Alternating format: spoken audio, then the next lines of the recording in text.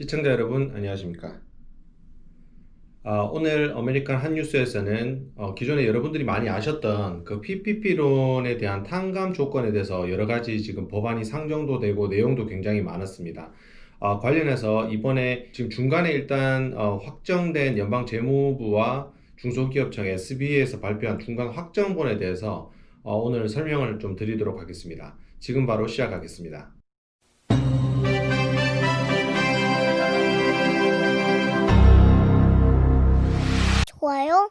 좋아요, 구독. 네, 기존에 연방 재무부에서 또는 중소기업청인 SBA를 통해서 이 PPP론인 자체가 이제 탕감이 된다는 그런 매력적인 조건들 때문에 지속적으로 이제 어떤 조건을 만족해서 이제 탕감이 되는지에 대해서 계속 발표가 있었고, 가장 핵심적이었던 게 급여의 75%를 사용한다. 그 다음에 융자를 받은 날로부터 8주 안에 사용을 다 해야지만 이 탕감 규정 안에 들어온다. 이 두 가지가 핵심 골자였는데요.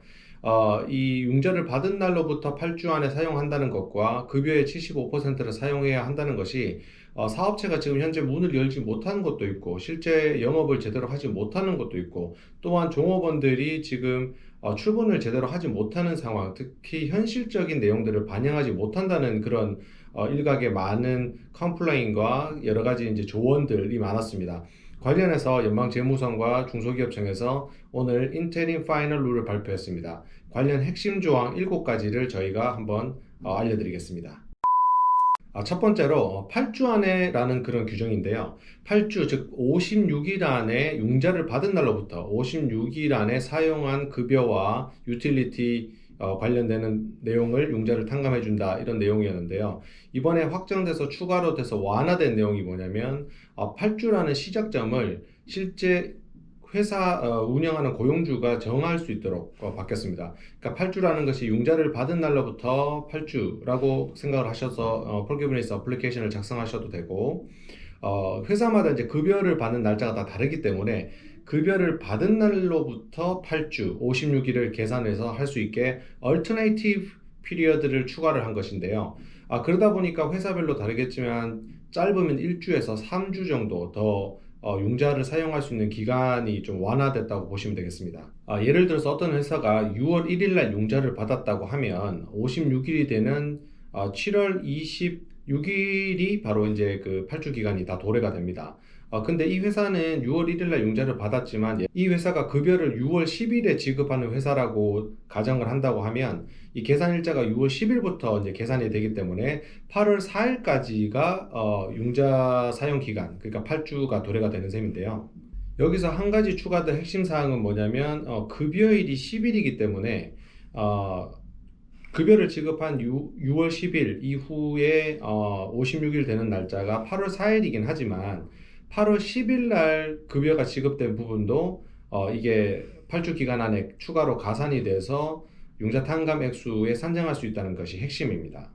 두 번째는 기존에도 비슷한 내용을 알고 계셨을 것 같은데, 위험수당이나 보너스 같은 경우 이렇게 뭐 융자 탕감액에 같이 가산을 하실 수가 있긴 한데, 이게 종업원 연봉 기준으로 10만 불 이상 되는 지급 액수에 대해서는 제외된다는 내용은 다시 컨펌이 되었습니다. 세 번째로 회사의 오너 그리고 패스트로 엔터티 같은 경우 스케줄 C로 이제 소득세 신고를 하는 자영업자, 그 다음에 파트너십의 제너럴 파트너 등 이런 이제 자영업을 하시는 오너분들은 15,385불까지가 급여로 탕감될 수 있는 부분이고요. 이게 2019년 기준으로 약 15% 정도를 이제 계산해서 한 건데, 그걸 넘어갈 수 없고, 회사가 지급 이미 해서 이제 소득세에서 이미 절세가 된 어떤 여러 가지 보험이나 연금 지급액 같은 경우는 추가로 가산해서 급여에 포함시킬 수가 없겠습니다. 네 번째로 25%에 해당하는 그 비급여 부분 있죠. 유틸리티 관련된 부분인데, 이 비급여 관련되는 부분도 이게 이제 8주 기간은 첫 번째 설명드렸듯이 그 동일한 기간에 똑같이 이제 가산이 돼서 비용 처리가 될 텐데, 다만 이게 빌링 사이클을 좀 감안을 해서 8주가 도래되는 날짜 이후에 페이된 내용이라고 하더라도 8주 기간 안에 사용된 유틸리티 비용이라고 하면 포함이 될 수 있게 되어 있고요.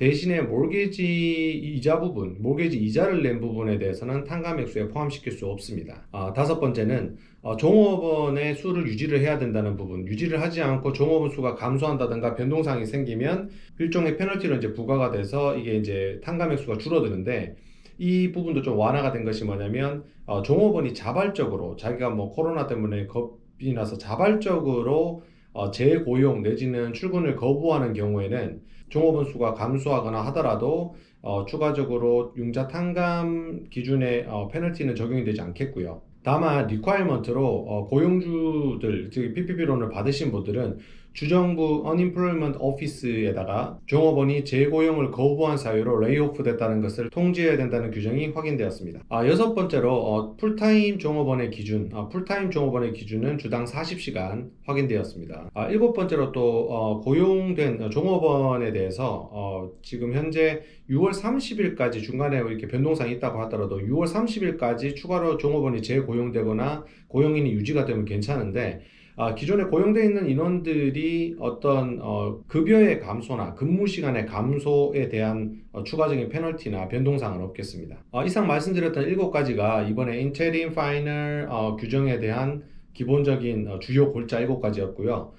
이런 중간 노티스를 계속 이렇게 공지를 하고 있습니다. 그래서 인테림이라는 표현을 쓴 걸로 봤을 때는 추가적으로 또 약간의 변동사항이 있을 수도 있겠다, 이런 생각이 들고요. SBA와 융자를 해준 렌더, 그 은행은 반드시 이 융자에 대해서 탕감 관련돼서 신청을 받을 때 관련 질문과 답변을 해줄 의무가 있다는 것도 명시를 했고요. 추후에 SBA에서 최종 결정이 나고 나서 탕감 결정문을 받으시겠죠. 그걸 받고 나서 탕감 액수 계산이 잘못됐다던가 본인이 어필, 이의 제기를 하고 싶을 때는 30일 이내에 이의 제기를 할 수 있는 규정도 확인이 되었습니다. 융자를 진행한 은행에서는 60일 이내에 융자의 탕감 여부에 대해서 결정을 해야 되고, SBA에서는 90일 안에 이 결과를 리뷰하고 관련 결정 통지를 반드시 렌더를 통해 바로에게 결정 통지를 해야 합니다. 또한 관련 융자와 또는 융자 탕감에 대한 이런 프로세싱에 대해서 일체의 비용은 없기 때문에 수수료를 지급할 일이 없겠습니다. 일단은 이제 인테림이라, 앞서도 말씀드렸지만 인테림이라는 단어를 사용하는 걸로 봤을 때는 또 추가적인 약간의 변경이나 보완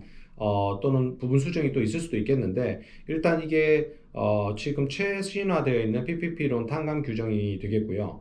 추가적으로 SBA가 됐던 은행이든 반드시 본인이 원하시면 언제든지 질문을 하실 수가 있겠고요. 이 규정이 아무래도 뭐 특별한 변수가 없는 한 끝까지 적용이 될 것으로 일단은 보입니다.